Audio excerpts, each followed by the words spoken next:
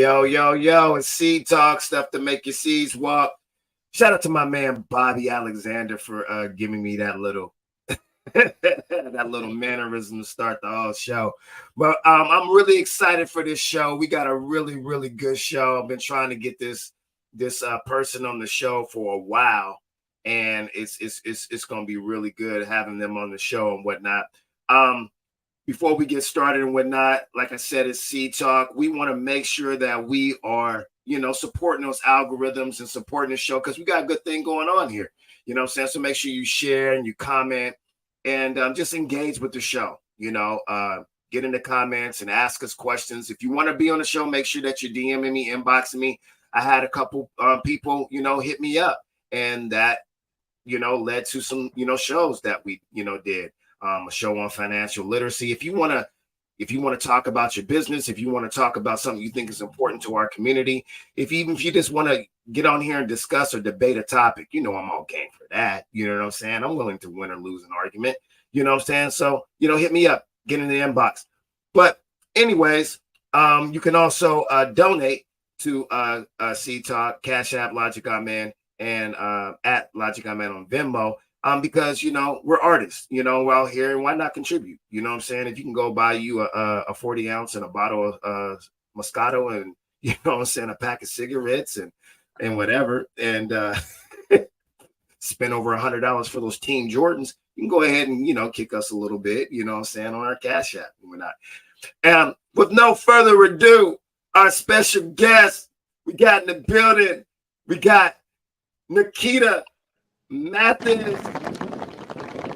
Yes. Now, I know everybody wants to know, want to know about that Busta Rhymes situation. We gonna get there.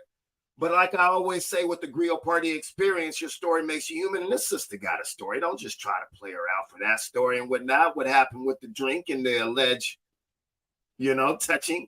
But we gonna get there. But we got to know where the sister's from. So, Nikita, it's good to have you on the show. Why don't you let us know where you're from? Are you originally from Seattle? You were a transplant like me. I was born in Cleveland, raised in Cincinnati, but I've been here for over 2 years, so I got the best of both worlds. I got dual citizenship. Where are you from? I'm from Chicago. What? Shout out. Yeah.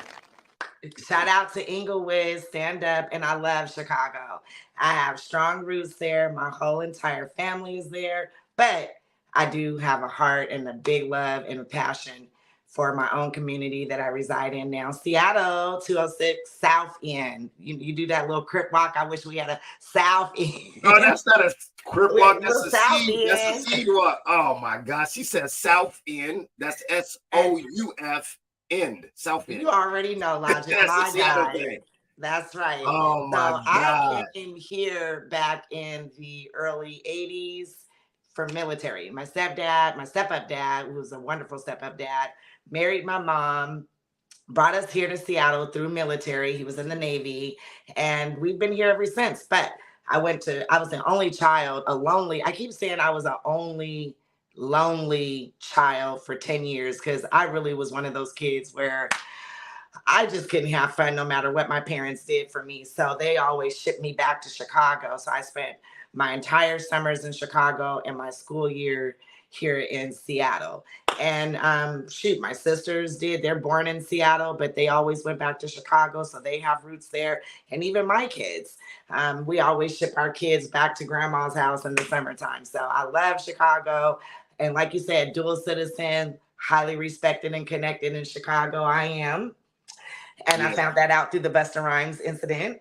And highly connected and respected in Seattle. So shout out to both. Well, I think we can have a whole episode on Chicago, man. I love that city, the deep dish pizza, the popcorn, the famous popcorn they got coming out of there. Michael Jordan did his thing, you know what I'm saying, with the Bulls there. Even the Bears got a couple rings, and it has the most beautiful. Now I love my Seattle skyline and the city. But Chicago has hands down the most beautiful downtown area I've ever seen. It is amazing. The corridors, the buildings, the architecture, and the water. I've actually, been in that water, doing a little whatever, like, little canoeing or Oh, whatever. paddle boating? You did Or your little paddle? kayaking. I did some kayaking, almost got hit by a big old boat and whatnot. But anyways, that's a different story. You I can was do a gonna say whole they do tours, they take you through exactly. the Yeah, tours and you can see the Trump Tower, but yeah, Chicago is so beautiful and it's old, it's rich, it's legacy, it's historical buildings that are older than our grandmas, yeah, yeah. so the You know, mob is it from was the Chicago was founded by a black man. really, I didn't know that. Yeah, that's a breadcrumb. That's an Easter egg. I'll let y'all do the The research, do the I'm gonna homework on Google that. that. But I was actually really, really, really surprised because I went there on a family trip. One of many times I've been to Chicago with my mom and and our children and my brothers, and we went on a tour. And everyone looking at me like, man, don't make this a Black History Month moment. I said, I won't make it a Black History Month moment if this tour guide just says it. And sure enough, he said it. He said it. He said Chicago was founded by a black man. One of my favorite places, or the favorite place I like to go in Chicago, is Bronzeville. And Bronzeville really, really articulates the migration of black people from the South. And it's like, I don't know what it was about that part of the United States in the Midwest that Yeah. made Gwendolyn Brooks, Richard Wright, Louis Armstrong, Elijah Muhammad, Bessie Coleman, Ida B. Wells. Like they Yeah. all just, man, I'm just scratching the surface. You can literally go to that area of Bronzeville and look on the ground, and there'll be a plaque like once every block, and you can follow those plaques like for blocks upon blocks upon Yeah, it's blocks kind of upon blocks. cool. But yeah, Chicago's a man. Shout out to Chicago, man. Hey, Putting it down, man. Chi-Town, and particularly Inglewood. Yes. My I got some hood. stories about Chicago. But anyway, so when you came to Seattle, you came here as a as a uh as a military brat. Okay. Yep. What was that like living in a military family, man? What was that like? I now that I look back at obviously I'm an adult now, but when I look back at it, it was man, I'm so grateful to my dad at that time for really just kind of uprooting us from, the harsh streets of Chicago and really planting us here for a quality life. He really set us up today to, live kind of the way that we live right now and be able to go back to Chicago and experience all that culture there. But like I said, I was the only child for 10 years. So I know I was a very pessimistic child. I was bored a lot. I got into a lot of trouble. Um, but my dad, he served a number of like he went to Desert Storm, so he was gone a lot. He was really, really working hard during that time to prepare, for retire. And my mom's retired today, full benefits. Like we're really, really seeing the fruits of his labor back then now. So then again, I just went to school here and I couldn't wait for the summer months to come so I can get back to Chicago. I want to give a shout out, man, to stepdads, man, because we got a lot of stuff in common. One of the things I like to do when I'm on this show is find that intersection with our guests because our stories bring us together. You know what I'm saying? Hmm. And I know y'all think I'm corny when I say that, but really, man, if you start learning each other's stories, it can bring you together. You know what I'm saying? In ways that you couldn't even imagine. I was the only child for 17 years. My biological and I were estranged at 5 years old. He's still alive. But I had a really good stepdad to come in and step in, and he was the reason why we moved to Seattle, just Oh, like you. So yeah, wow. I said I was the only child for 17 years, and then these other two guys came along, my other brothers. No, I love Jamal and Foster. But then also another thing we have in common, other than being from the Midwest and that culture, is we're both Pisces too. You know what I'm saying? So That's right. so yeah, Cool people. we the best. We the combination of We're all the cool signs. people, Yeah. like cool water, cool people. And I like to, we're a combination of all the signs, and we're the minority of the zodiacs. There's yes, I only feel like 5% that. of us in the world. Yeah, I do feel like that at times, but I like to think I'm a feisty Pisces, I'm a fun Pisces, an right. emotional Pisces. Yeah, yeah, But we never seem to grow up, but we have those both sides. We could be really really serious, or we could be really really goofy and silly, and then most of the times we're kind of right in the middle. You know what I'm saying? But right. you know, yeah, And I love having that balance about me. I think I yeah, got cool characteristics. So yeah. And Pisces, they say that their most ideal companion or mate or friend is a Taurus, and Busta Rhymes. Busta Rhymes is a Taurus. But anyway, see, I'm gonna be so dry. I'm gonna do that. the I'm gonna other be doing dude is a that. Taurus. The other dude, the other dude is a Taurus. Nah, I'm just saying Busta Rhymes is a Taurus, too. So I'm Oh, just okay. I'm gonna be doing that the whole Okay. show, just adding, because we're gonna get there to that. But anyway, let's talk about when you wait, I want to get this out of the way. I'm gonna make you choose up, you know what I'm saying? No, seriously, what you prefer? I mean, Chicago's, man, it's a beautiful city Oh until it's man, you not. gonna What you make me choose up like Chi-town or that? Chi-town or C-town? What you prefer, man? Choose up. You got to choose up, man. Come on, You are wrong for this logic. you got to choose But up. okay, so I'm just gonna settle it like this. When the good Lord decides to call me home to glory, I will not be buried in Seattle. Okay, see, that I'll says be a lot. You rather live in Seattle and die in Chicago. That means a lot. All no, right. no, no, Nope. I don't There support it that. is. She said it. No. Seattle wins. Yeah. Yes. Yeah, Seattle gonna kill me. No, I'm just playing. No, no, no. And there is no place in this United States, in all seriousness, that is safe for Black folks. But there are some Yeah. places that are safer, and Seattle is one of them. That's safer than a lot of places. And Yeah. even though we love Chicago, seriously, it that city has not necessarily been good to us No, as no, Black folks. not But at hey, all. man, for real, I ain't got nothing bad to say about And if Chicago. Seattle don't stop, we're gonna catch up with that, and on all seriousness, like, I know you hear what's going on in our community, Yeah, and yeah, it's it's tough. It's been a tough. lot. And I It's tough. think everyone at some point is impacted, whether it was their own kid, brother, son, cousin, Right, or an associate or a friend of it. It's just too much. right, So, but the reason why I do say that, listen, my whole family, they had already bought plaques and plots at the grave site. My grandmother, grandma, my dad, my auntie, my uncles, a couple of my aunties, my grandpa, did I mention that? They're all buried in the same area in Chicago. And I wish to be there with my family when it's my okay, time. So. yeah. Hey, let's keep it moving. So you came to Seattle, and now we got to talk about when stuff got a little rough in Seattle for you. Mm-hmm. And um, you went to a very famous high school in Seattle.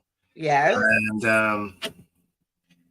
why don't you go ahead and talk about the times at Franklin High School? Okay. Let's get into it.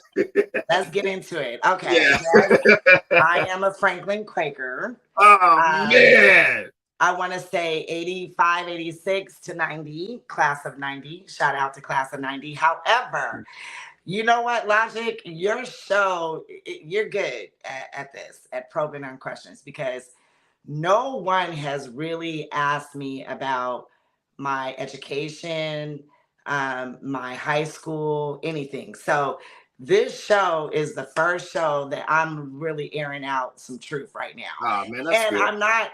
I'm not even embarrassed about it. Okay, so let's get into it.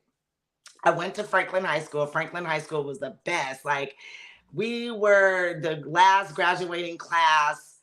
They housed us at Sharpless High School because they were remodeling. And Mm-hmm. then we were the last graduating class out of Sharpless. And then 1991, they got to go back into the new school. So we were hella jelly about that.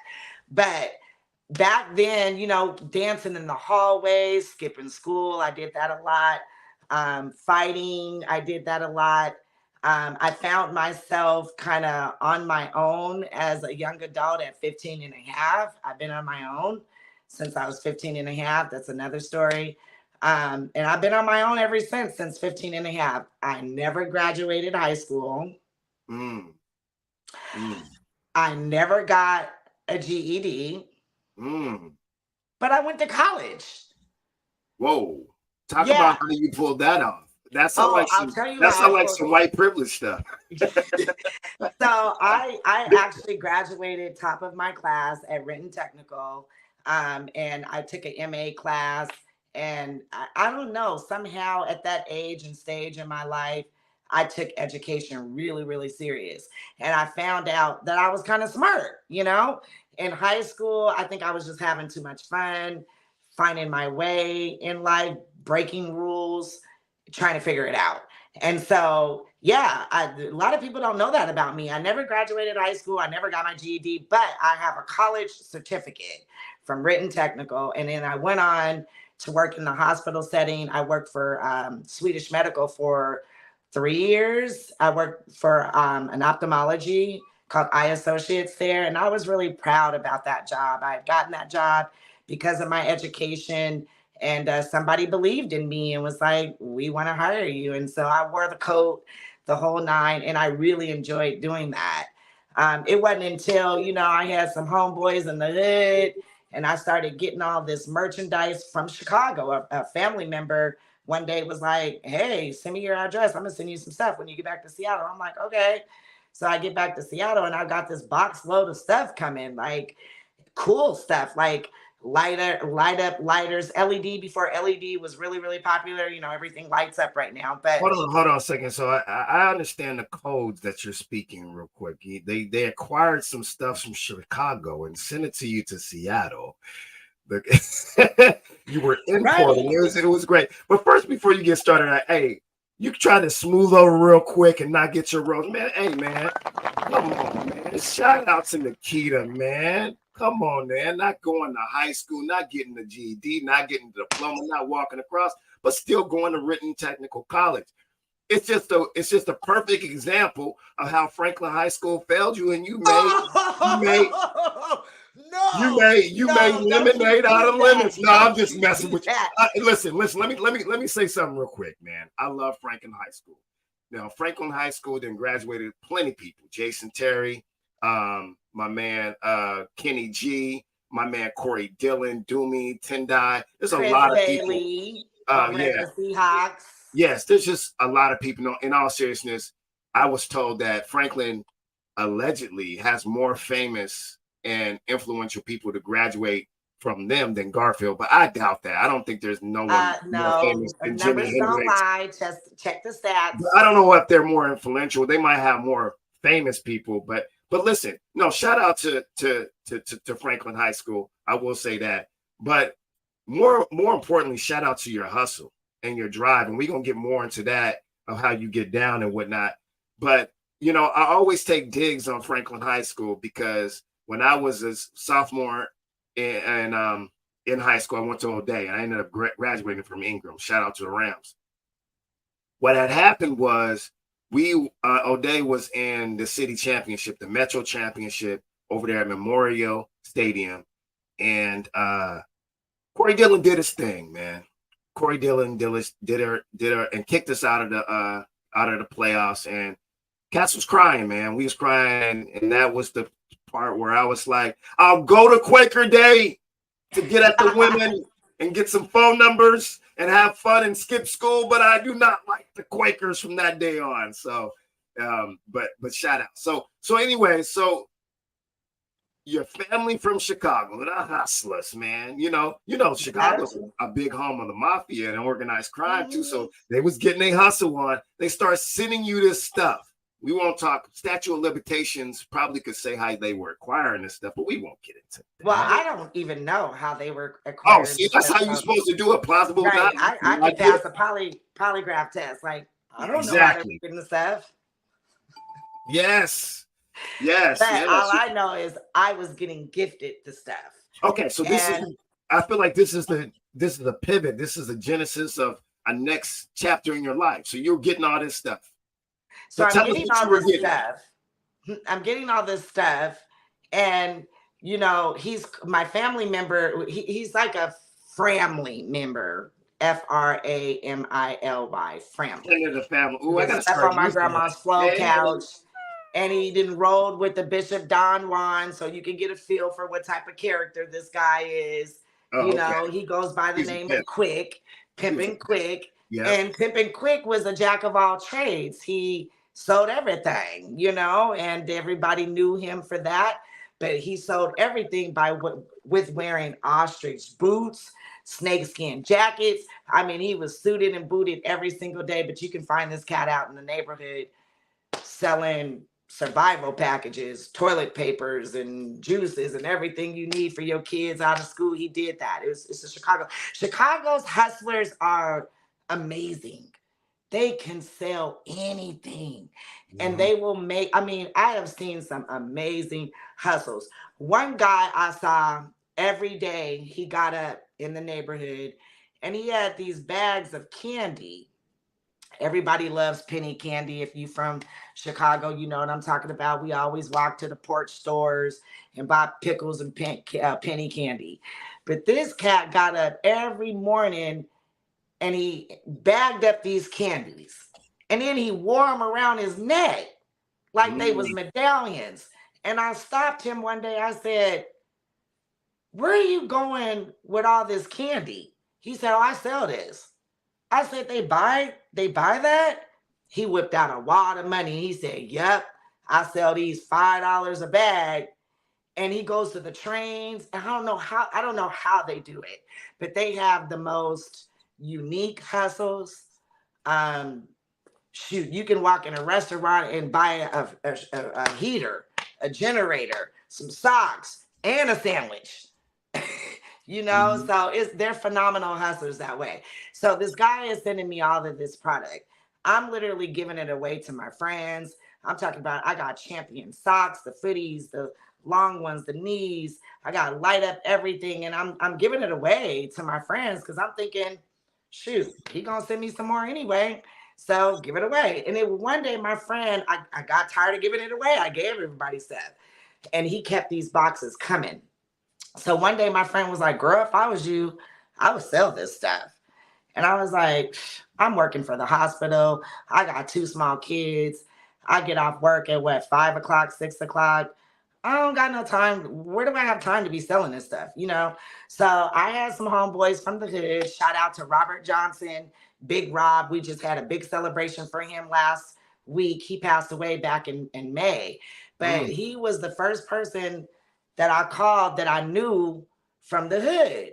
And I was like, "Man, check this out. I just got off work. I got a trunk load of stuff. I got drawers, socks, all this stuff." He's like, "Man, come up to 25th and Jackson. Come up to it was a barber. He was a famous barber, popular barber, Preston's. Rest in peace, Preston. If anybody know Preston's, if you from the city, you knew Preston's. Yes, legendary. Right. Man. He was a killer in the community. So I was working for Swedish. So I got off work one day before I went and got my kids from daycare. I stopped off at Preston's. He must have hootie-hooed all the guys that was hanging out to the trunk. And they was like, "Oh, yeah, give me this. How much for that? Give me this. Give me that. Yep, I'll buy it all." And I remember that night I made $80. Yeah. And they like bought all my drawers. I had boxers. I keep saying drawers. I'm so hood. I know. Anyway, they bought all the drawers. Right. And they bought all the socks. And I made $80 that night. Now, at that time, I am making okay money, for my age, for the job that I'm doing as Swedish, but I'm really paycheck to paycheck. So that $80 that night was everything to me. Yeah. That means I get to get gas for the week. I can go buy these kids some food or whatever I had to do. Right. That $80 made everything to me. And at that time, I think I was making $12 an hour, which was pretty good way back then. But if you do the math, I was making $76 a day going to work. Right. And then my grandfather called me one day and was like, "Hey, Nikita, I heard you got a nice job. You working at the hospital. You like it?" I said, "Yeah, Grandpa, I love it." He said, "You make good money?"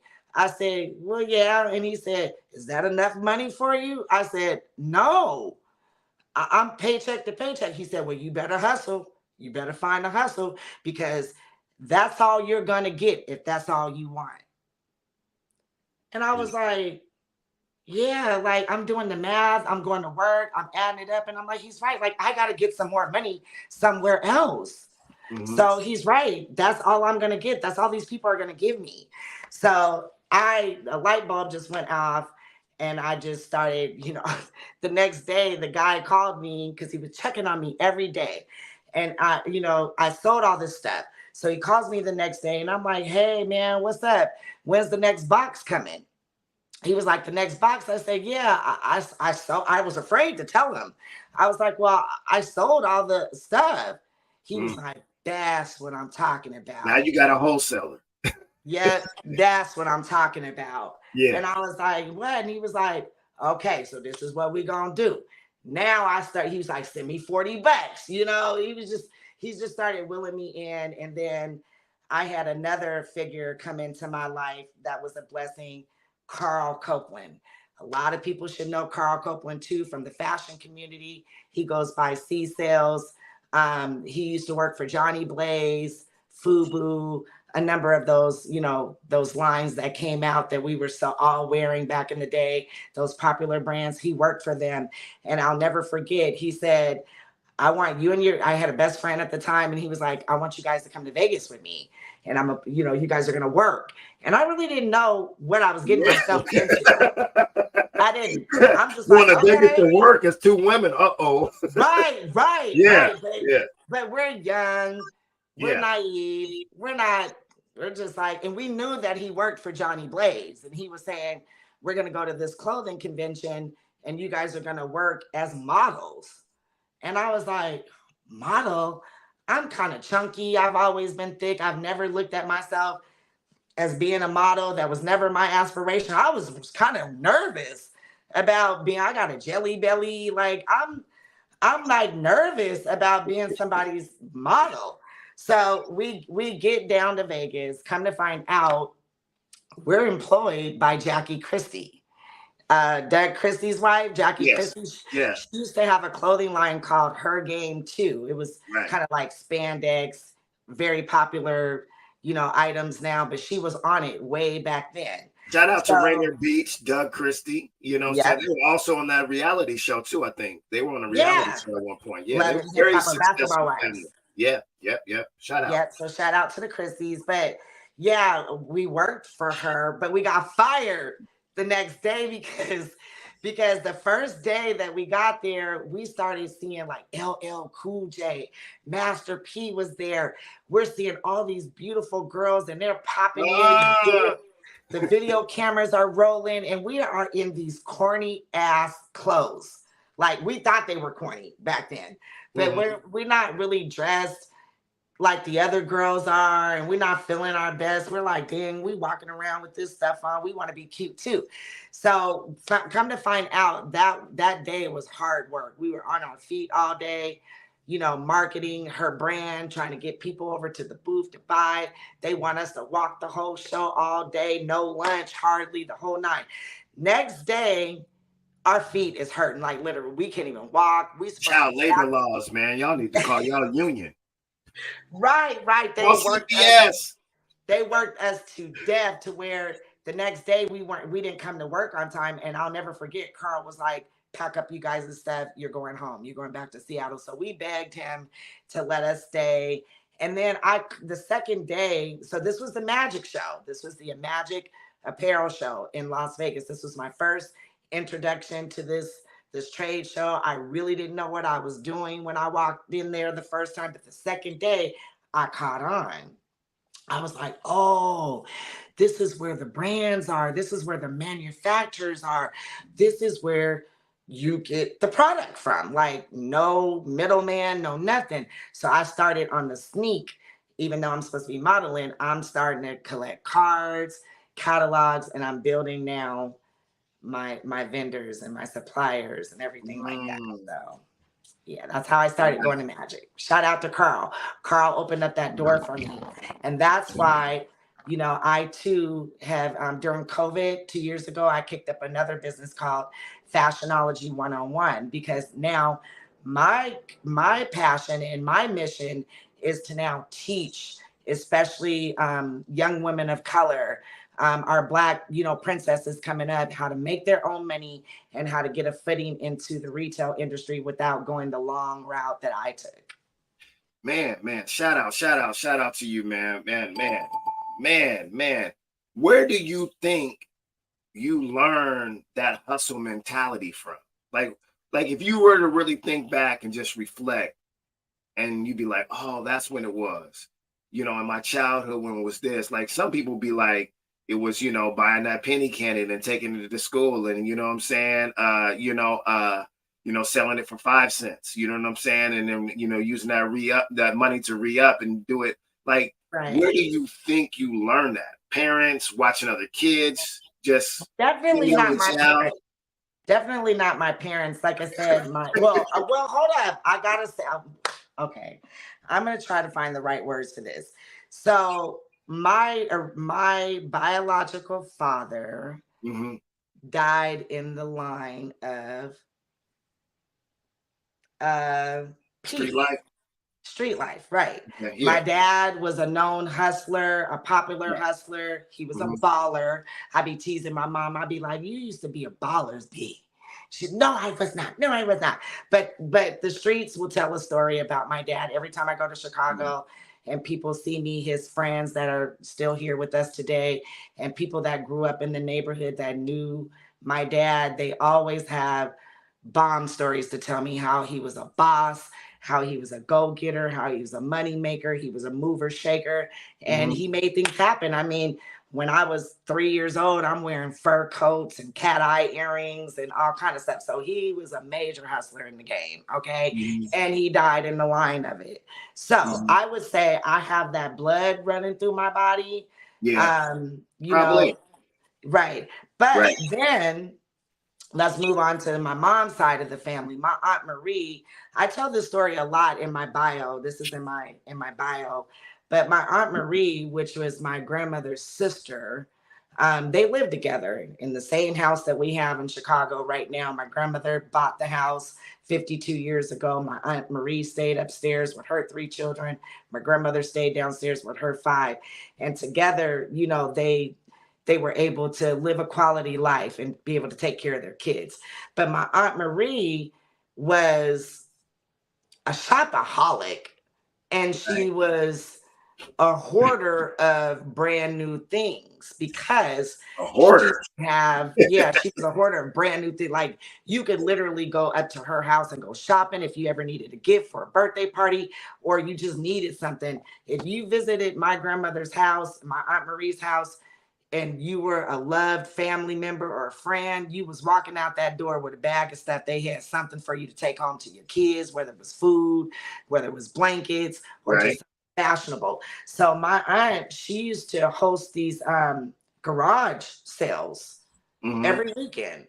And that's how she made her money on the side. And I can see her now in a little raggedy garage, and she had all this beautiful stuff. And everybody in the neighborhood knew that my Aunt Marie had nice stuff. And so she was known as the garage sale lady in the neighborhood. So, and then my uncle, Shout out to all the people in your family putting it down, man. yes, And that's what I love about black folks. When we were shut down and kept away from access to opportunities to be financially secure and financially autonomous, we always found ways to make a dollar. Even absolutely. if we go back to when we were enslaved, when we were picking those crops, a lot of people don't understand, man. A lot of people who were enslaved picking those crops, they keep a little bit on the side. And then on Sunday, the only day that we had off, we go down to the marketplace and we would sell a little bit of, whatever we had that we would, Yep. whether it be tobacco, whether it be indigo, whether it be cotton, whether it be whatever, just a little bit of sugar cane. We would sell whatever we, say I had on the side so we could have a little bit of money and stuff. So just shout out to you, man, for doing your Thank thing, man. you. Thank So you. And during my journey and my upbringing and me learning additional things about family members, I had an uncle that owned a Kentucky Fried Chicken. He in Chicago. He met the original Colonel Sanders, and he used to own a Goodyear Tire Corporation. Bishop Don Juan, he owned a Shell's gas station. The Magic Don Juan used to come by every Wednesday and get his car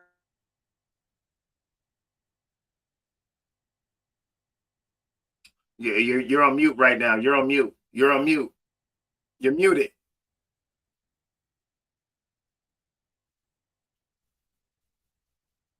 Turn your volume up real quick. Nope, can't hear you.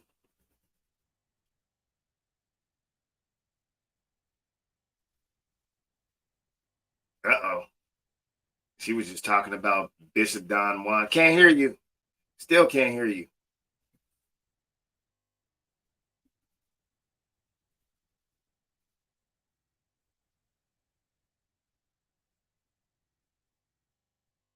Yeah, I think we're gonna lose Nikita on this, man. There's technical difficulties and whatnot. She seemed like she a very popular person over there. She might be getting some calls and through her computer and whatnot, or through her phone and whatnot. But she froze up. It's all good. Um, we gonna get we gonna let her log off and she'll log back in. But if you're new to the story or new to the show today, we are with Nikita Mathis, and she is going through um, basically her genesis story, how she got started and whatnot. I'm just gonna tell her to really to log off and then log back in. And she just basically just going through what made her who she is, and just it's leading up to her owning her own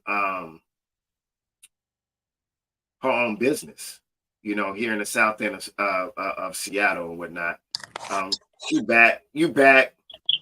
Yeah, these calls I get, Yeah, I was telling the listeners in the audience, you're just so popular. You're the first person ever to be on C Talk that is broadcasting live from a throne. So it lets you know your queen and royal status. But let's get through this before another one of your fans call. God damn. yes.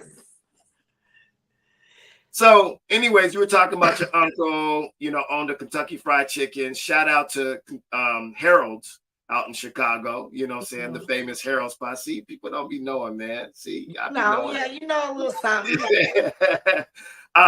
So talk about how that led and planted the seed for you to start your own business in Seattle. You were selling the stuff from Chicago. You were importing it. You finally got your wholesale, contract set up with your family in Chi-Town. And he was like, "Oh, so you just selling the stuff now that I'm giving to you for free. It's all good. It's all good, family. It's all good. Look, Right. this is what we're going to do from now on. What we're going to do, you know what I'm saying? What we're going to do, you're going to send me a little something now. You're going to send me 40. And now knowing the hustler you are, he's like, okay, send him 40. Now, that means my price has got to be da-da-da-da-da. And then this is how my profit Right. is. Working at the hospital, and it's going to be my work hours. And then maybe I can get some people to sell it for me, and so I can be, make some passive income. You know what I'm saying? So come on, man. Tell them how you did it, Nikita. Tell them how you did it. That's exactly how it worked out. One thing just started leading to another, and I found myself selling this stuff on my lunch hour now, and now, people are waiting for me to get off work. And this is why I explain to my queens of fashionology who I mentor. I say, when God has something for you, he will magnify it in ways that you can't even imagine, because all I had was socks. All I had was packs of boxers. All I had were these cool little light up bling bling ding dings. And people wanted that stuff. I mean, they didn't care. They wanted it morning, noon, and night.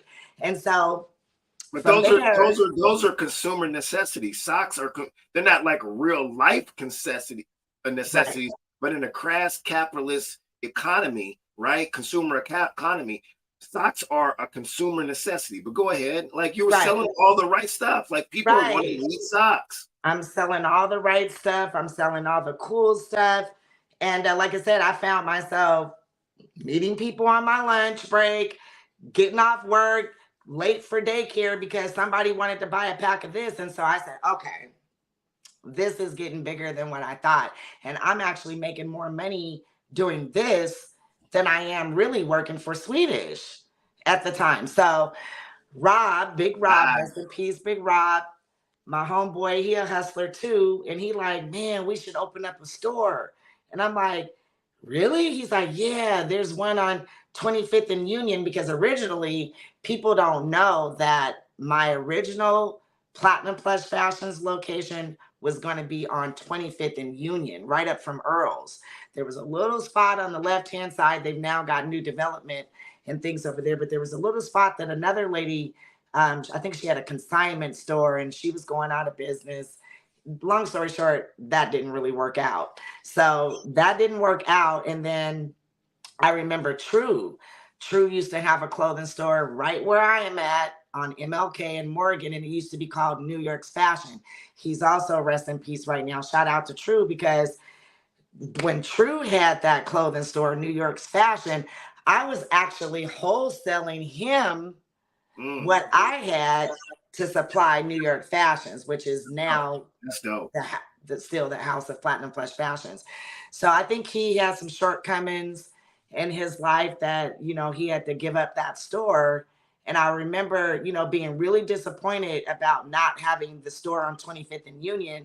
And I'm driving down, from the CD to the South End, and I passed by what used to be True's store and it was empty. So I was like, oh, this is perfect. So I went into the building next door, spoke to the property owners, and they were like, yeah, it's for lease and you can move in it. And I paid the money, I moved in it. The rest is history. I've been there for 22 years. Dang, man, shout out, man. Come on, man. And Man, then I quit. And then I did the most craziest thing that my family thought I was doing. I quit my job at Swedish Medical. mm, Mind you, this is all off you of got off the plantation. Sister got off the plantation. yeah, which a lot of people That's did. free. They were worried about me and they thought I was making a foolish decision because I didn't have a business plan. I didn't have any credit, no capital, no money, no savings, no nothing. I just had a hustle. So I literally quit Swedish Medical to open up Platinum Plus Fashions when really I didn't have any business to do that. But what I Um, what I like about you though, Nikita, though, seriously, in all seriousness, is that you didn't let that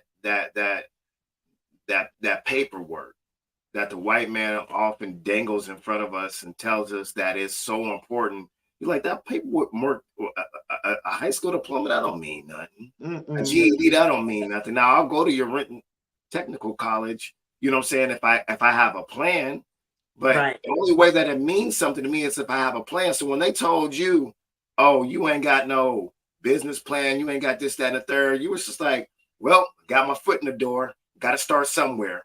And Yep.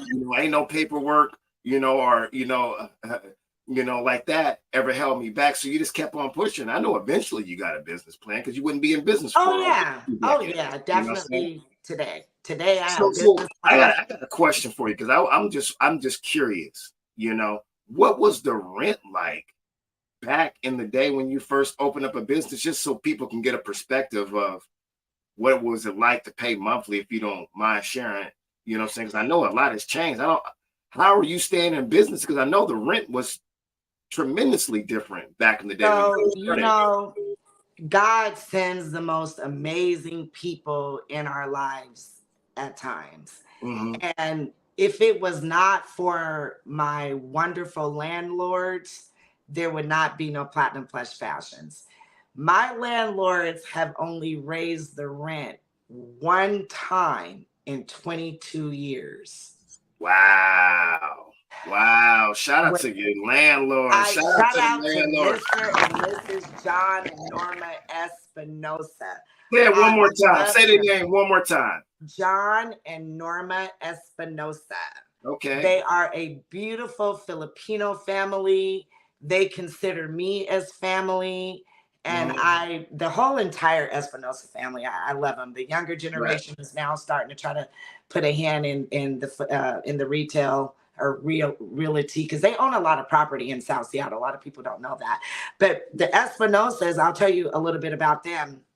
They are they're famous for their Filipino frozen meal cuisine. So if you're ever in Walmart and you're in the frozen food aisle and you see like lumpia or something like that, it probably comes from Espes, which is the Espinosa family.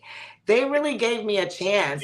Back then the rent was $700, and Mm, I thought, oh yeah, I can do that. $700, man. I'm already making $200-300 a day when I go out and hustle. So I man. figured, Oh, but that's not the only expense. We already know that, yeah, right? yeah, yeah, So yeah. things really got hectic for me. And so 2 years, about 2, 3 years later, here comes the light rail, the Sound Transit project.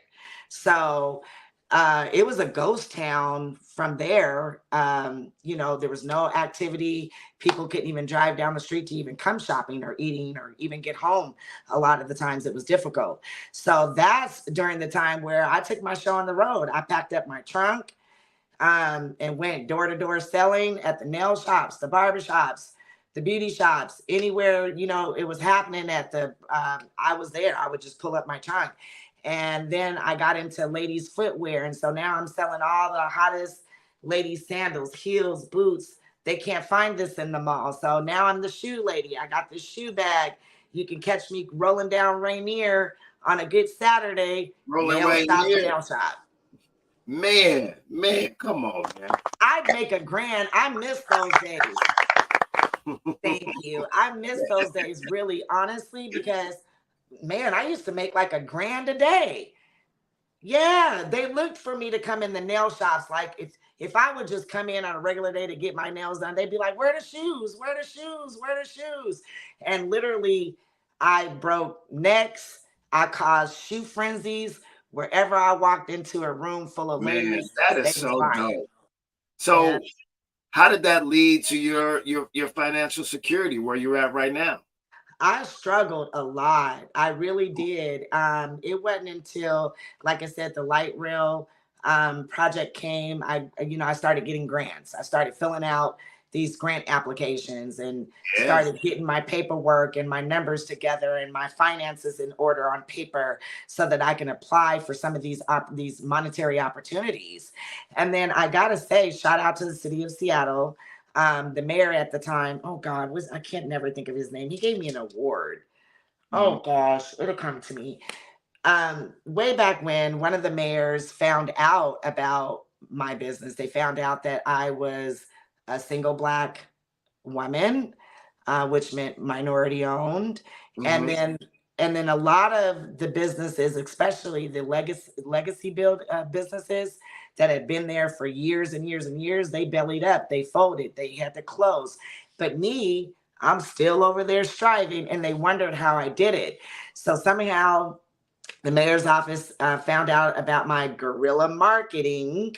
I didn't Mhm. even know what guerrilla marketing was, but remember, I just explained to you that I was going nail shop to nail shop, beauty shop to beauty shop, barber shop to barber shop, selling this stuff. Come to find out, that's guerrilla marketing. Yeah. So Are you talking about Mayor the white brother? You Nichols, said what? Nichols, Nichols. Okay, yeah, Nichols, yeah. right? You the one who got hit in the face with the megaphone. Yeah, Yeah. yeah. There's a lot of Anyways, in right. front of in front of Earls. There's breadcrumbs on this episode. I'm telling you. But real quick, for people that don't know, because I like to, it's all about community, and it's also about putting Seattle more on the map. Seattle is known for its community that it builds between its Black and Filipino cultures, for Yeah. real. And we don't have the numbers and quantity privileges that other places have, that with a lot more Black people, like Chicago and whatnot. So we have learned to use the diaspora of Black and brown people in the city and build those relationships. And another thing I want to say before you continue on with your story, the reason why Seattle has really been good to Black folks also is because there's a lot of money here, whether it's Microsoft, whether it's Starbucks, whether it's Boeing. Boeing, whether it's Amazon, wherever you in grants. There's a lot of money floating around, and that's why I want to give a shout out to you, because the pandemic, saying during COVID, really, really, really revealed the hustle in Black women. There was such a rise in Black woman-owned businesses, and Yes. just just shout out to you, man. You know, Well, doing honey, your we thing, got man. mouths to feed. Women, we got Yeah, yeah, mouths to feed by yeah, hook or crook. By any means necessary, we're gonna feed our kids. yeah. And And we're all of our creating. organizations throughout the years, sorry to cut you out, really showed the power in Black women, whether it be the Nation of Islam. They, women were always, behind the scenes with the financial stability, also with the Black Panther Party, also too. So you were just one of the many, reflections of how Black women get down, and I commend you. And it sounds like we got another episode too that you could just talk about financial literacy and also how to start your own business. But Absolutely. I want you to continue with, what happened next with your business and where it is right now. Yeah, so like I said, the Sound Transit project came in and wiped a lot of businesses out. There, I quit my job, so I had to sink or swim by any means necessary, and that's when I started getting out into my community. That's when I started letting people know who I was, what I had, and where I was located, and it just kind of took off from there. And I've always, credited myself for being a fair and a good businesswoman because a lot of times you hear in our community people, we have a stigma that says, oh well, this community don't support each other, or we don't support each other. I'm here to tell you, yes, they do. This Mm, community very much supports. I mean, I'm a living example. 22 years, same spot, same place, same community. And I could not have done this without the support of the community. But I think that this community is fickle in the sense that you have to be doing good business. Like you have to be up and up, and you have to give people what they want, what they can afford, or what they're willing to sacrifice for. And if you can find a balance with all of that, people will support you and you'll be successful. right. I had another question before we move on to what happened in Vegas and what was, the plan behind that. Why not just go back? I know some people are probably thinking, why not just go back and work, for the medical industry and go back to your 9 to 5 and then do the business part time, or just hire someone to run your business? Why not? So, of course, throughout the years, there's been times where I didn't sat in this store and cried because I haven't seen a customer in 3 days. There's times where I didn't contemplated going back into the medical field and or finding a job. I can't tell you how many moments that I've had, but I prayed and I kept my faith, and then I cried, I got mad, and then I started doing something about it. And like I said, what God has for you, He will multiply it if you just stay down and you stay consistent. So it has not been easy. And I have really contemplated going back to work many, many times, not so much recently, but I'll say even as when COVID hit, I was thinking about, girl, you might got to find a job. Mm-hmm. But I just stayed down and I just stayed focused and I prayed a lot, and that's what's gotten me here, honestly. So once you tell them, what I'm saying, for the record, where you at? Where you at in Seattle? So they can come and So support. I'm right in Southeast. Well, they say Southeast Seattle. I call it Martin Luther King in the Valley. So we're Okay. not Rainier Valley, but we're MLK in the Valley. I'm off of MLK and Morgan Street. A lot of people don't know Morgan, but you do know Graham and Othello. So I'm in between Graham and Othello. So if you Mhm. ride the light rail, you can get off at the Othello station, and the address is 6511 38th Avenue South. So I'm right on the main artery in Seattle. You probably pass by all the time if you ride the train. And that's where I'll be for at least another 5 years. And tell them the name again. And what's the origin of the name? Why that name? Tell them the name and So, why that name. so Platinum Plush Fashions is the name, and I created that name. I had a little help. There used to be a club in Miami years ago called Platinum. No, it was called Club Plush. It was called Club Plush. And I used to hear it, a lot of celebrities used to go. I used to hear it in the tabloids, this Club Plush. So I thought, oh, wow, that's a nice name. And then now I'm thrown into entrepreneurship and this business that me and Rob wanted to start. We need a name. So I Mhm. am a fan of gold and jewelry, diamonds. Diamonds are a girl's best friend. And I thought, what's better than gold? It's platinum, it's top tier. And then plush is like fancy, comfortable, bougie. Um, Soft, comfortable, whatever, plush. Mhm. Um, and so I put those words together, platinum plush, because I felt platinum was higher than gold, top tier, and plush was about comfortability and poshness and, upscale. Right. And Yeah. what kind of stuff you all selling up in there? Like So what? I sell all your latest trends right now. Stack jeans are in, so all the fellas can come get all their drip. Stack jeans, whatever you seeing on celebrities today, we do support local brands and emerging brands. So shout out to all the local brands. You have a store placement. My store, I support that a lot. But when FUBU was FUBU and Baby Fat was Baby Fat, we had all the high end brands, and then our prices were competitive. That's always been my thing.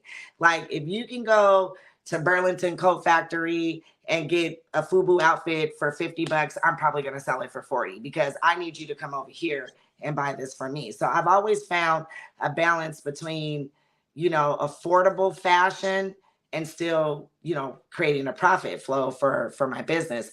But so yeah, and then I am the destination for all the divas, for all the girls who are in the nightlife. They come get their uniforms, everything from lingerie, their birthday outfits. If it's a concert going on, I am the go-to spot for that because I am known to have all the latest trends, styles, from accessories to footwear, makeup, novelty goods. I sell a lot of fun things every now and then. So I try to have a little something for everybody who shops with So me. so when I listen to someone like you and you have this hustle and you have this business for over 2 decades, I think about other famous designers and business owners. And the first person when I think about something that you do with clothing is the world famous Dapper Dan out of New York. Hmm. So, and one of the things he would do is you could take something in there and, he can give you a Louis Vuitton bomber that was never ever made or a jacket, and he'll take it and he'll cut it up and he'll, get his Right. seamstress on and he'll do it. And then that became like the go-to place. You can see people like Mike Tyson, what I'm saying there. I mean, he actually, Right. socked old boy all up in the face, knocked him out, in front of Dapper Dan. There's so many stories. Why not do that with, or do you do that with Platinum Plush? Like give like, exclusive gear and clothes, and are you doing fashion shows, and let them Oh know. yeah. Oh yeah. So our last fashion show was at the Emoji Fest. I've been a part of or vending at the Emoji Fest for what, 22 years also. And my fashion has been on the stage. I won't say all 22 years, but every year you can find, Platinum Plus Fashions hitting the runway there. And I do a lot. Like I'm involved in a lot of everything from comedy shows where fashion fits in. It's usually Platinum Plush that's filling that space. Um, but I am not a seamstress. I'm not a designer, but I have an eye for fashion and Right. I know where to get just about anything. So, yes, I do, one on one custom shopping for folks. If someone's looking for a special piece, a special item, if they tell me about it, I usually can find it. So I do exclusive pieces. And not only that, of course, my network has built to where I know designers now. So I can call up a few people that I know and say, hey, I got a special individual that's looking for a special piece and we can all put it together. So, yes, I do specialty shopping. I do, you know, I dress people, I style people. Yeah. Yeah, that'd be dope. And another idea that comes to mind, which is a great transition when we're talking about hip hop, is hip hop celebrated 50 years. And I was a part of a fashion show down at the pier. And the fashion show was pretty dope. And that's Yeah. something to take into consideration. Hip hop will be 50 until January. So you still have some time to do a fashion show, a platinum plus fashion show as a tribute to hip hop. You know what I'm saying? I Yeah, think that would be I think that would be powerful and fire, and I I'm down think to support that and help that. You know what I'm I saying? think that too, and I'm glad you're saying that because that leads me into my next exciting piece of news that I want to share with you. Um, 50 years of hip hop is awesome, and I like to think that I have my footprint in that too. I don't know if you've seen a lot of the photos that I've taken over the years with celebrities. Man, I've met some of everybody from Jam Master Jay to Russell Simmons to, I mean, you name it. There's so many people that I probably haven't met that I'm really proud of. So, yeah, shout out to 50 years of hip hop. I'm part of that history in the making. But I'm excited to announce that the city of Seattle has awarded me a pretty nice grant so that I can remodel the interior of Platinum Plush. So, Platinum Plush in the next upcoming months is going to have a new look, in and out, new style. We're creating community space for other designers to be able to have a storefront to place their products in. We want to support them that way. I'm going to have a big, big, grand reopening celebration. The mayor will be there. I'm When's going that to have, gonna be? When's that gonna be? so right now I'm in my permitting phase of the remodel. I should be getting my permit in the next week or two at the most. Man, hold on, hold And we're on. going to start this project. We're going to start this project. Come on, man. Come on. Hey, look, man. So Look. yeah, I'm super excited about it I'm because excited for you. yeah, if you've ever been in my place, I've only had one remodel in the whole 22 years. So this is much needed, much needed. I'm starting a crowdfunding campaign through Give Butter. So I am asking the community to kind of help out a little bit with it because I am over budget. There's some things, some kickbacks if you want to donate. I haven't launched a campaign yet, but Logic, I'll be sure to give you the information on that so you can share with your network. And if anybody wants to support Platinum Plush's journey and make it bigger, better, and Man, a let me community know, man. We space. gotta make this a celebration. You know what I'm saying? Yes, And you gotta have performances. I definitely will. I would love to come yes. through and spit something for you, or just speak on it, or whatnot. Or even broadcast live from Platinum I Plus would from the love that. podcast. That would be fire. Or I would definitely love that. maybe we can even invite Busta Rhymes. Oh, see, don't let the cat out the bag. Shh, shh. I'm working on that. I'm working Okay, on that. so That's listen, why listen. that's why I have this crowdfunding campaign that I'm going to launch because I need a little cash flow so we can be able to bring Yeah, you people do like your that to hands our like that. community. That's what got you in trouble. Doing your hands like that. All right, so let's get into it.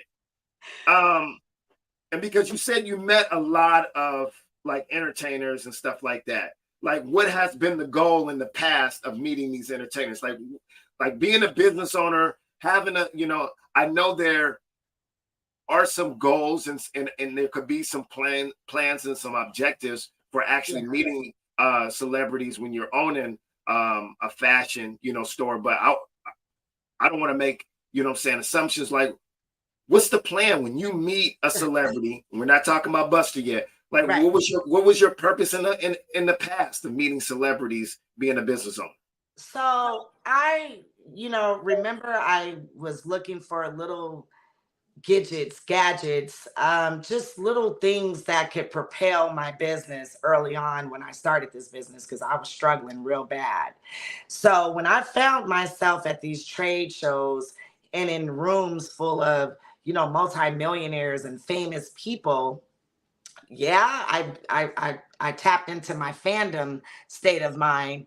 But then once I got those photos and I printed them out and I put them on the wall at Platinum Plush, all of my customers and people who ever walked in my store were like flabbergasted about, oh, you met this person, you met that. So it became a wow factor. It became a conversation piece. It became a situation where people would just drag people into my store, even though that they weren't buying anything, just to look at this wall because they wanted to, you know, they felt like, wow, you were close to these people and you got a photo with these people. I like these people. Like, how did, and they wanted to hear stories behind it. So it became kind of a conversation piece amongst my customers. And I needed more of that. So the more celebrities, the more photos that, and, the rooms of people that I'm in, I can show my customers that, hey, look, I'm rolling with the best of them. You might want to shop here because I'm getting here. You see, LL Cool J or Master P. Remember Master P used to have that no limit line. So if you Ah, see, right, nah, nah, nah, nah, right. So if you see me in a picture with Master P and then you see the clothes, no limit on my rack, you're going to know that it's official business, that I got these clothes from Master P's business or his brand myself. There's no middle people. And it puts some officialness to it.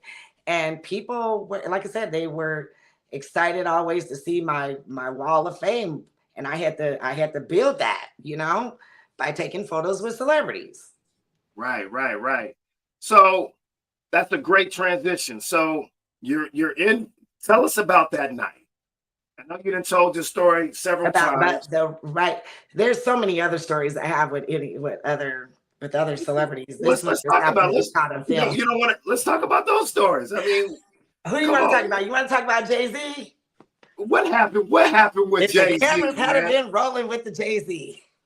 Oh, only if the cameras had been rolling. Okay, so Because I heard Karen Steffens, aka Superhead, story about Jay Z, and yeah, my story is way different from her. My story is don't even touch the surface of hers. Okay. okay. So Let's talk about Jay Z, man. What real happened quickly with about Jay Z? JC. So I'm probably like 10 years into attending Magic Apparel Show, right? And I'm feeling myself. I got a little clout. Some people know me, some people don't. Now, Jay-Z has Rockaware, right? They Mhm. always had these big extravagant booths. And Jay-Z would be there because he's there to promote the brand and get people like myself to buy. So the first encounter I had with him, I'm trying to get my photos, I'm all about my photos. So I'm like, he's walking with the Nation of Islam. They're securing him. They're hovering him down or whatever. They're hovering him down or whatever. And they're walking through. I want a picture. So I reach out and I try to touch his shoulder, like, hey. And then I See, remember see, one of the guys from the Nation like took my arm and I was like, I'm ghetto at this yeah, point. yeah, Let me go. Don't be touching me. Don't be I'm all that black girl hand on the hip, all that. And right. so I remember saying that's why I ain't buying volume 1 or 2, whatever the album was. Remember Jay-Z volume? I'm like, And yeah, that's you know damn well you bought that album because that I album know. was fire. That album was fire. You better stop it. Right. So I'm talking my little heckling stuff, whatever, because I'm mad because dude didn't grab my arm and I'm simply just trying to ask for a picture. But I'll never forget Jay-Z turned around and he kind of chuckled because I was like, yeah, that's why I ain't buying value. Woo, woo, woo. Okay, so that's incident number one.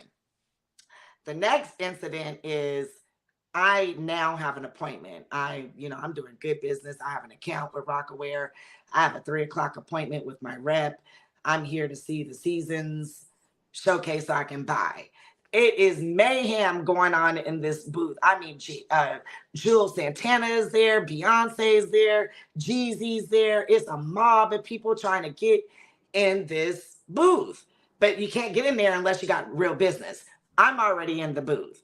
So I see Jay Z, we lock eyes, and I know he remembers me from that heckling that was going on just the year before.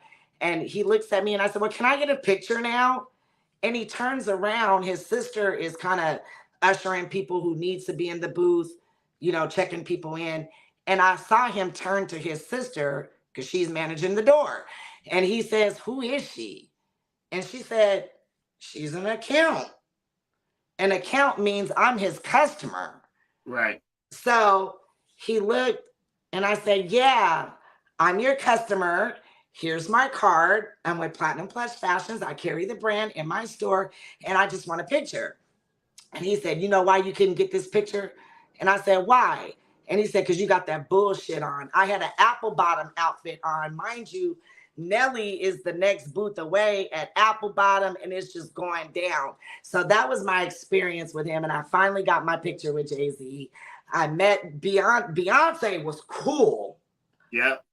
She was straight up cool. And so I was able to get my photos with everybody, you know, and that's the story of me and Jay-Z. So I finally was able to get my photo from him because I think he was about to kick me out the booth or something. You know what I'm saying? Like, why is she up in here? I just seen her the last time, and his sister was like, no, she's an accountant. I'm like, but see, that goes to show you about stereotypes. You know, here it is. I'm a younger Black woman, you know, it's looking like I'm a fan, but really, I got the bag, Jay-Z. Yeah, but Nikita, in his defense, you know how often he gets that. Yeah, of course. You're Jay-Z. You're Jay-Z, man. You signed up for that. Yeah, you signed. Well, Jesus. Yes, you signed up for that. When you want to be an influencer, a celebrity, and you're selling records and you're in movies and you're all of that. Oh, yeah, for sure. Yeah, you definitely signed up for the attention. You definitely right. did. Even the unwanted attention you signed up for. Right. So let's talk about the situation with Busta. So where do you want me to start? Man, like, you was out, because look, this is what I love about the story. You know what I'm saying? And it's because how we led up to it. Because we get to know you as a person. And me just hearing your story over this past hour, I know you had a plan and you was plotting. So I want to know, oh no, you wasn't? Okay. You didn't have no plan? I thought you like had a plan, like to get a picture with him or do something. A picture. Yeah, picture. Okay. But then there was also rumors out there that you had some romantic interest in Busta too. Get somebody else to do it. If it's 2 Chainz, bring him here. Okay, we're gonna talk about that. It's not Busta, baby. You got a crush on 2 Chainz? Yes. 2 Chainz. Shout out to Virgos. It's Virgo season. Yes, I'll be second wifey. Okay. I met him too. You about to get this man in trouble, man. Okay, listen. Hi, wifey. I want to be a wifey too. Okay. All right. So in all seriousness, tell us what happened with this with this Busta situation. What happened? So, you know, the Busta Rhymes thing, just, you know, you guys, the power of media, you know, and the way it can either go left or go right. My story is it went all the way left. Okay, so I'm attending the trade show, and each trade show they have like an opening night performance from a guest artist. And so this day happened to be Busta Rhymes. So it was free concert for all of us buyers, and they serve us drinks, all of that stuff. So Busta Rhymes is performing, and he got a bomb-ass performance. He's rocking the stage. He's giving all of these encouraging speeches to us business owners, and, you know, telling us to keep our hustle alive and power of marketing and media and everything like that. So now he's pouring champagne for a few others that's in front of the booth, within his reach, but I'm not within his reach. I'm kind of not far back, but I'm not in front of the stage. So as he's pouring drinks for everybody, I lift my cup up in the air from where I was, and he signaled me to come here. So he poured me a little drink. That was that. We went back to kicking it. Now, this is a very intimate setting. It's not like a huge stage area. I seen this. Yeah, mm-hmm. Like, a lot of people don't know that he engaged you prior to you tapping him. Yeah. There's a video going out with him showing, rolling around with him pouring me the drink before that. Right. So basically now I want to get my little opportunity of a photo if I can, because remember, this is not like a huge stage, arena, anything like that. It's just, just a little platform stage. He walks right off. Maybe you can catch up to him to get a photo or something, you know? So they were walking real fast, and in my mind, I should have, you know, probably respected that. Like, you know, maybe this man had somewhere to go, rushed off to do something else. They were clearly in a hurry. But I wanted to try to get my opportunity of this photo. I felt like he would give me one because he had just signaled me to, get a drink. So maybe if he knew that I was trying to get a photo, maybe he'll turn around in his walk or whatever. Who knows? Right. So I'm trying to grab his attention, but the only thing I can do was kind of snatch him by the coattails, if you will. And that's where all the controversy came into place. So after the fact and going over this over and over again and really kind of tapping into my thought process, how one would feel if they were being snatched or whatever, it's startling. If you walk in minding your own business, all of a sudden you get a snatch. It's almost like when you were in middle school and you pull the girl's bra strap, she turned around like, boy, don't. So that was kind of like his reaction. I did not touch his derriere. I did not slap him on the ass. That was not my goal. My goal was to just grab him or tap him or whatever I could do. But it ended up being in that area in that situation. So yeah. And shout out to you. In your defense, I've never ever heard any testimony on your behalf where you have not taken full accountability for it and said you shouldn't have done it. You would have did it a different way if you had a choice. And all you want to do is just take a picture with him. I ain't gonna lie, as a man and as a performer, I thought you touched his booty. I was like, damn, man, she gonna touch this man's booty, and and that's why I was like, hey man, she got the drink, you touched him, he touched you with a drink. Game over, It's a lot of people don't see it that way. I mean, a lot of I've heard a lot of backlash, people calling me pedophiles and weirdos. And why would they call you a pedophile when y'all they call me a pedophile. They want to throw every mean name, nasty term your way. That and even when it doesn't even apply, words that don't even apply. Yes, I've been called a pedophile. Okay. Yeah. And none of that bothers me because I know what happened. Busta knows what happened. And he's not going to come out. If anybody was to do an interview with him, which I don't feel like he'll ever entertain, right? But I'm sure he's a man of honesty and dignity. And he would say, she didn't touch my ass, she grabbed me, you know what I'm saying? Or whatever his story may be, but it wasn't his behind, it wasn't his butt. I didn't land there.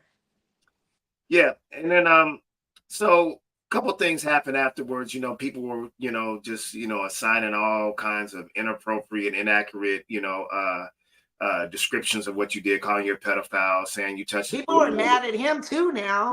Yeah, that's what I want to get at. So you had people that came to your defense and said a man should not be treating a woman like that. He had no right to throw the drink in your face.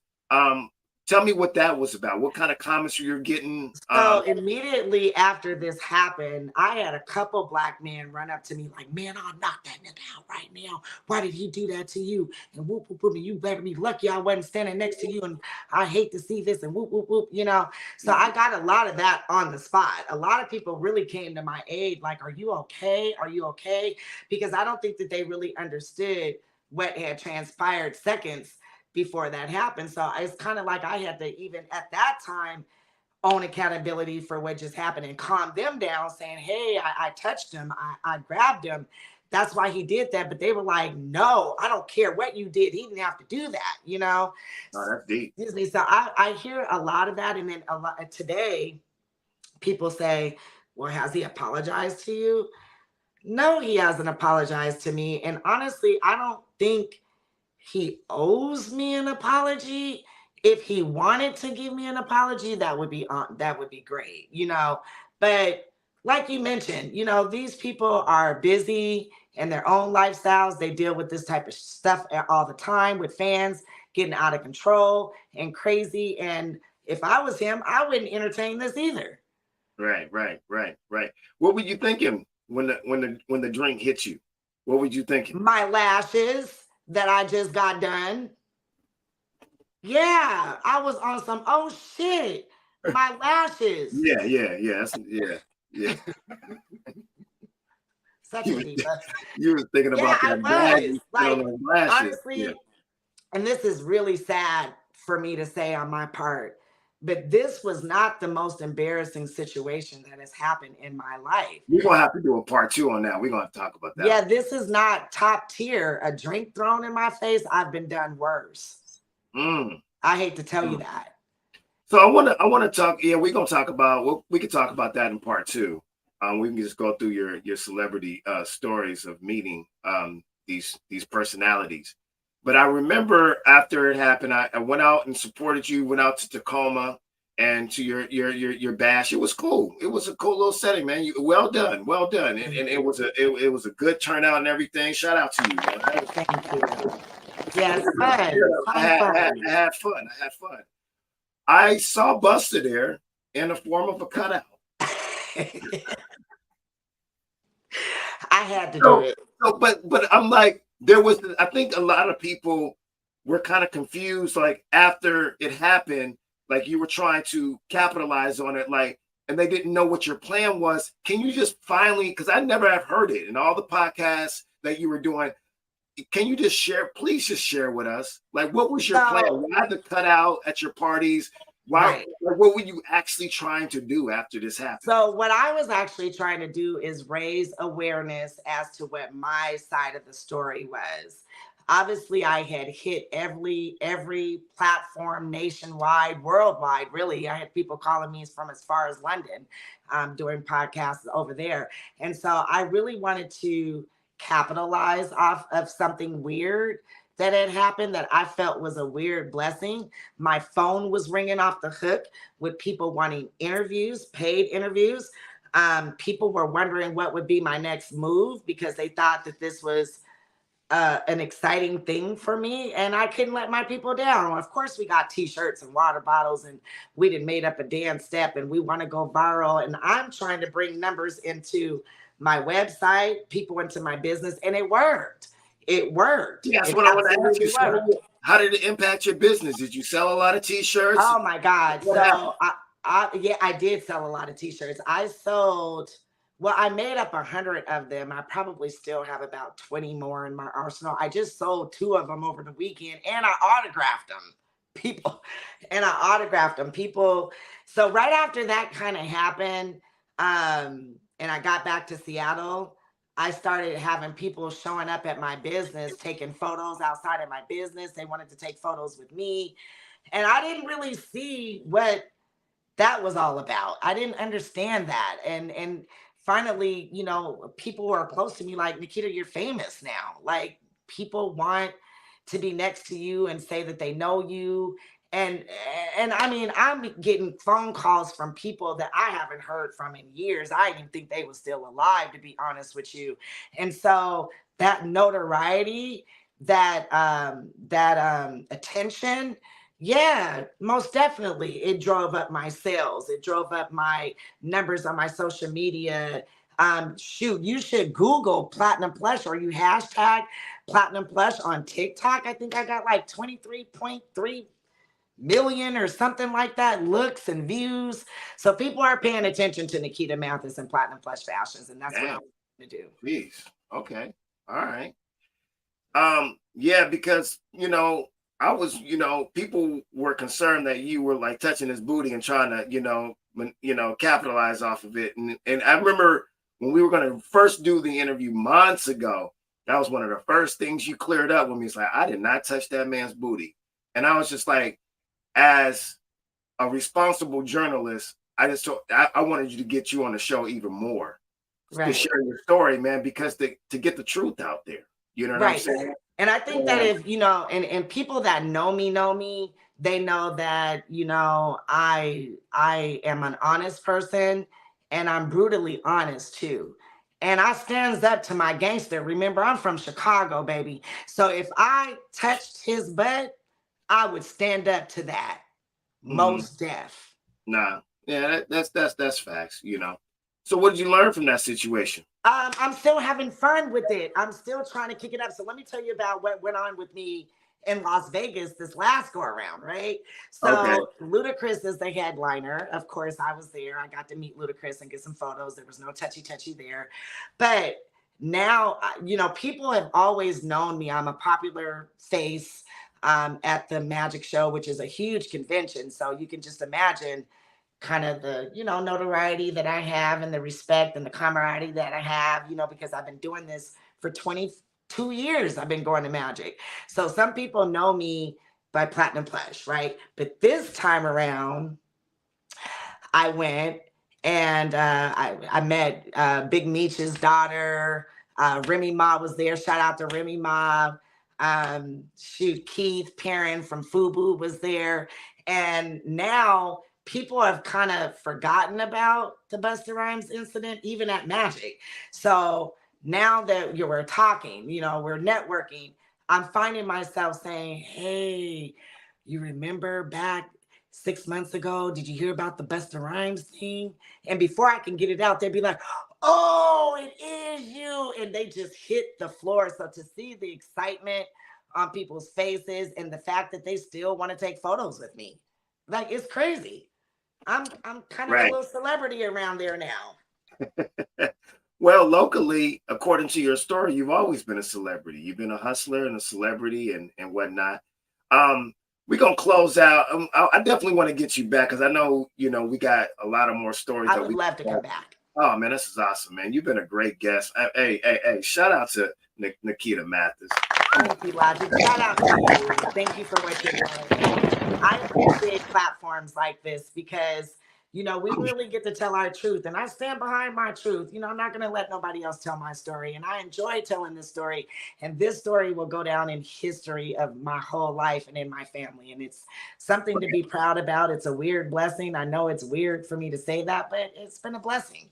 I want to ask you one last story.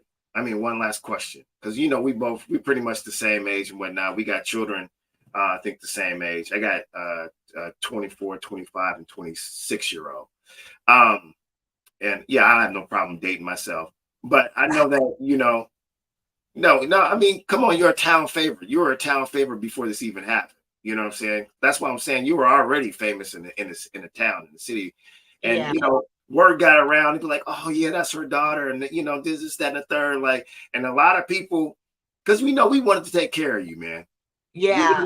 No, seriously, we had your back. Now, not a lot of people were like, oh, we're gonna go out there and beat Busta Rhymes up and this, that, and the third. We were like, hold on, man. Man, Seattle had my back. Let Yeah, me tell you we were like, just to let you know from another person, we were like, hold on, we gotta know the whole story because she got she got children and we know her daughter and everything. We want to make sure that we get the whole story. I just want to know how did your daughter respond to this? You know what I'm saying? My so not Because I was on social media and I'm not gonna mention his name, but what I'm saying, he's around 30 or something like that. One of my former students, because I worked in the Seattle public school, he said, hey man, watch what you say about Nikita now, because you know who her daughter is. Now watch your mouth. doggone it. My daughter is something else. I love her so much. And she is a social media person. And she was just baking everybody saying, so what? My mom woke up famous. You'll never wake up famous. Okay. But a lot of my family, so that's the downside about it. Of course, I'm still riding the wave on this and it's been fun. But the bad part about it was I started hearing from my family and my friends defending me.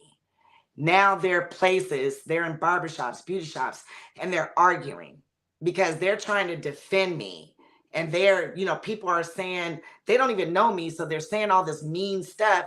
And then I got people who love me, like, I'll fight you. That's my cousin. That's my mom.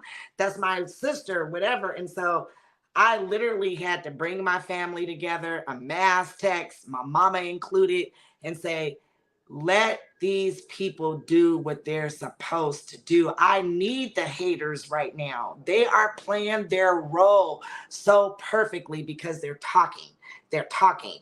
My name, my business, my brand, everything is exuding in their life. I'm giving them something to talk about. It may not be good, but they're checking my page. Oh, now somehow they got wheeled into something. They might buy anything like that. So I never once during all this Busta Rhymes stuff, I never argued with anybody. I think the closest I came to an argument was that other podcast that I did with BlackBerry and all of that, because you do have some people in this world today that likes to turn your truth. I'm giving people the opportunity and the honor of knowing my truth. So when you take my truth and you spin it as a lie, yeah, that makes me mad. But I never argued with people. I just thanked them for stopping by my page, no matter what name they called me. I just thought this is part of the plan. Haters are going to hate, and they just don't know they're appreciated, because without them doing all that talking and hating, who am I? Right. Yeah, I think that's a Pisces quality too. We handle like adversity a little bit different. Like we like to kill people with kindness, but you know what I'm saying, we got a cold memory, man. Water has perfect memory. Yes. You know, be careful, man. You could swim or you could drown in that water. Yes. And we a cold water sign. One of the things that we do on we want to close out. And I'll go first. One of the things we do on Seed Talk is we always have a plan of action. We take everything that we learned and everything that we heard on the show, and we like, man, what's the plan of action? What's the next step? What's the homework? And I would say, after listening to your story, is learn to hustle. Work your 9 to 5. If you work a 9 to 5, and a lot of us work our 9 to 5, I like to call it a plantation. People are like, oh, that's too harsh. But our work week is actually built off the plantation framework. Your days Right. off is the same days off that you used to get off on the plantation, the work week, the work hours, and all that. You know what I'm saying? Right. So if you work a 9 to 5 for someone else, it could be anybody. Um, Find out a side hustle, have another lane of income. You know what I'm saying? And ideally, it should be something you're passionate about, that you Mhm. enjoy doing. You know, and it'll help you. Feel good about, you know what I'm saying, the work that you do, especially if you don't like the job that you're working for someone else. It's always good to have a separate job where you can actually get paid for something you really enjoy doing.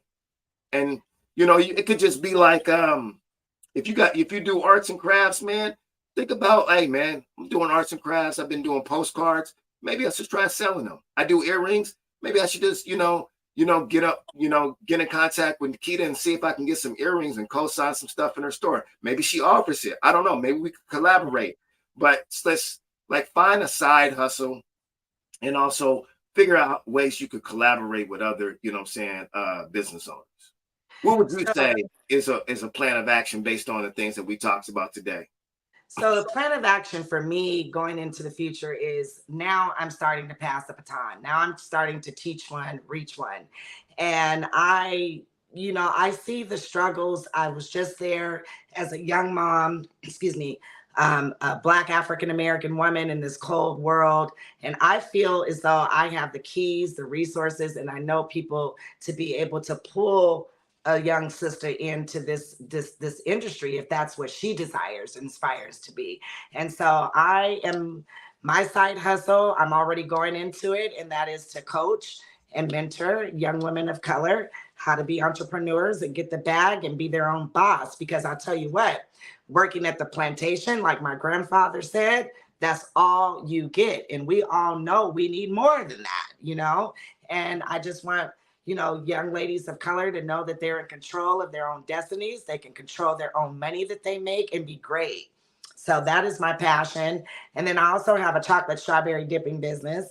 I would love to see that turn into a nonprofit, because I call it berry therapy chocolate dip strawberries, because it's therapeutic. Um, Being creative and working with delicious food, and then when you present it, at a baby shower or a wedding or any type of fancy occasion, it's a wow factor that really makes you feel good inside, that you did that you were able to create something that people will love, enjoy, and cherish the memory about. So that's what I'm all about. Man, shout out to Nikita, man. Come on, man. Come on.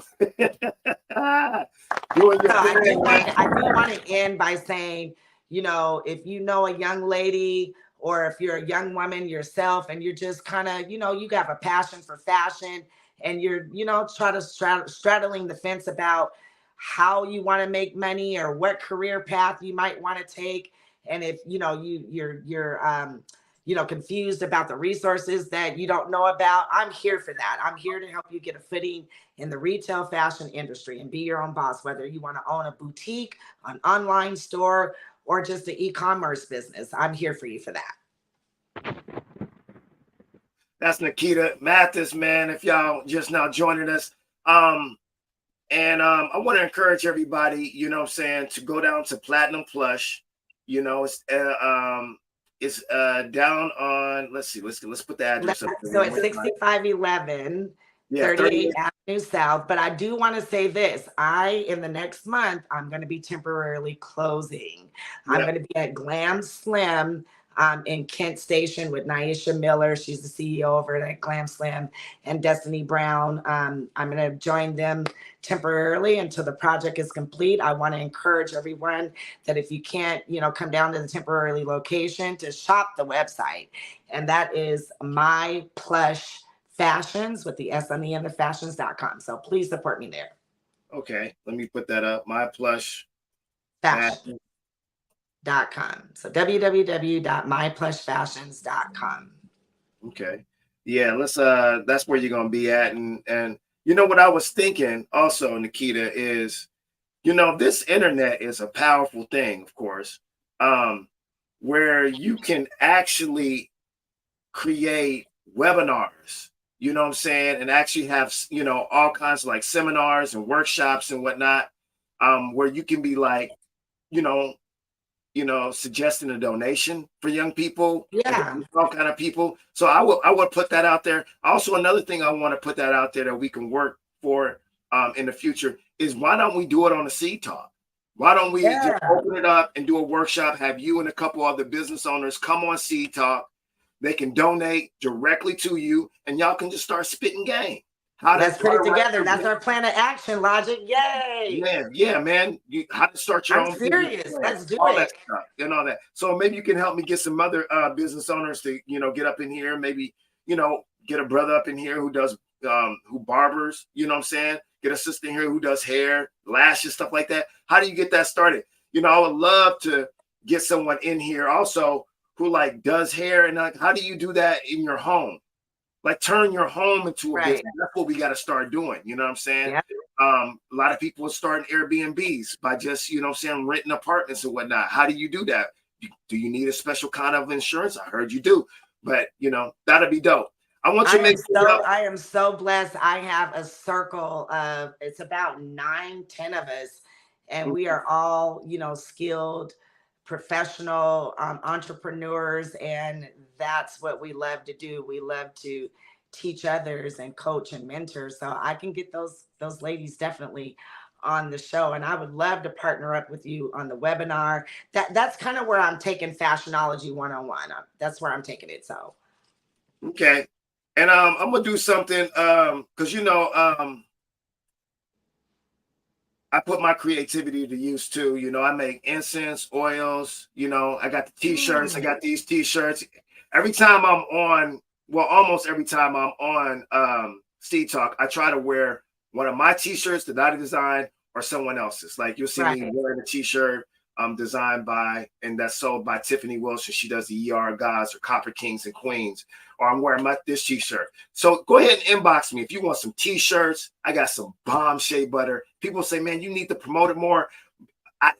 I need people like Nikita to teach me, because I know it's going to get big, because that my shea butter is off the hook. And I'm actually going to send you a complimentary, package, a care package for being on the show. Appreciate you. It's going to have a shea butter in there. It's going to have a t-shirt, and I'll throw some incense in there too. But if you would like a complimentary, incense for the first 5 people, to inbox me, I'm going to give it to you. So inbox me when you hear this.